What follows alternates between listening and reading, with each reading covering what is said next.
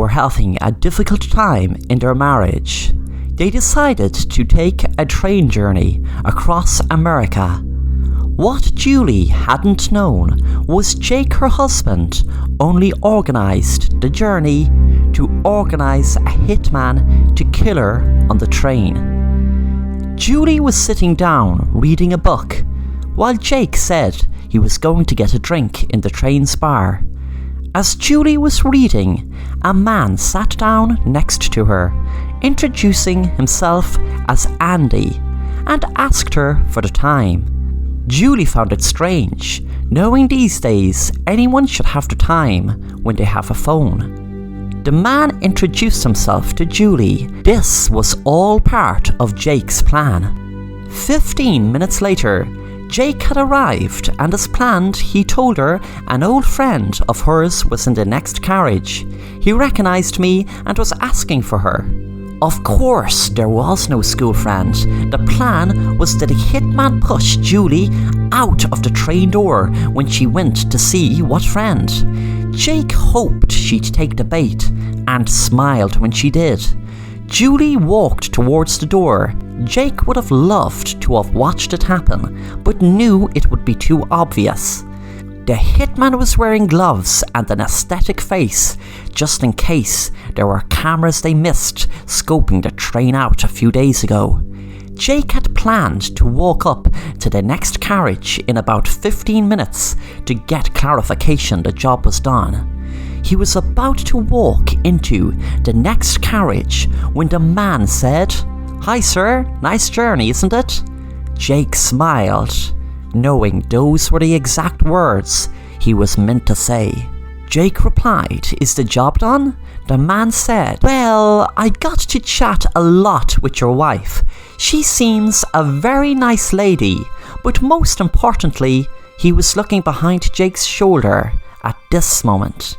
Jake turned around to see what he was looking at, and with his shock, he saw Julie staring at him with hatred in her eyes. The man continued to speak.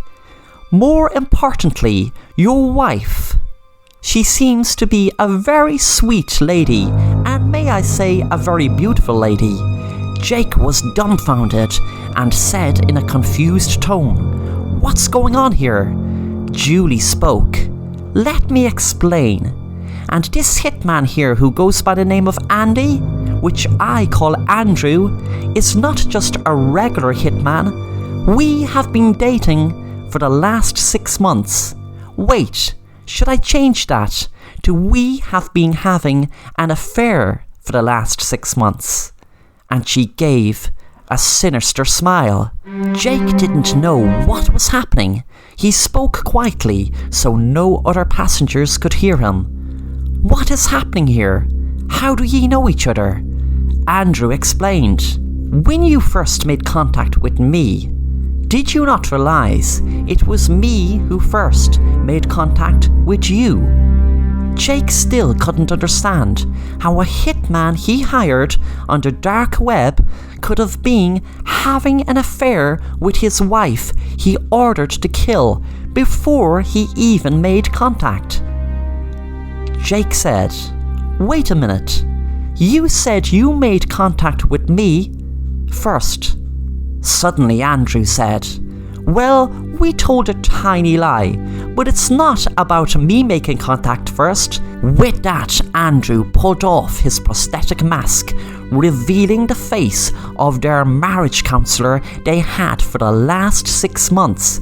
It was Andrew and Julie were having an affair, and because of Julie not trusting her husband, she checked his phone one time when he left it on the bed for 5 minutes while he shaved. Just as he left, she picked it up in order to not have to put in any code that she knew she wouldn't be able to guess. He'd just been on it, so she didn't have to put in any access code. She went through it and came across a text that said all the information and money needs to be transferred to this email address. I will have the job done once the money is sent through Bitcoin to this account. Julie had no idea what it was, but sent an email saying, I will send the money, but I need to know exactly what you're going to do. I need to know exactly every detail of what I'm paying for." Julie changed the real email, so no matter what email Jake sent would not get sent and would not be received by the hitman. But she changed it by adding a dot that was barely seen.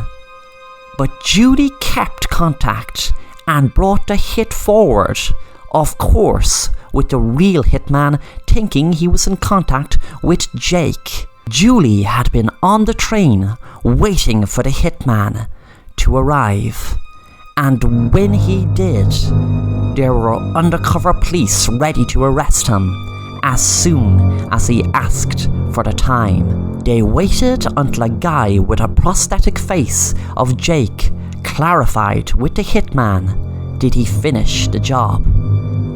Then the undercover police moved in. The real Jake was shocked to learn that the hitman was arrested a week ago, and he was going to be arrested now. Julie looked at him and said, "You son of a bitch."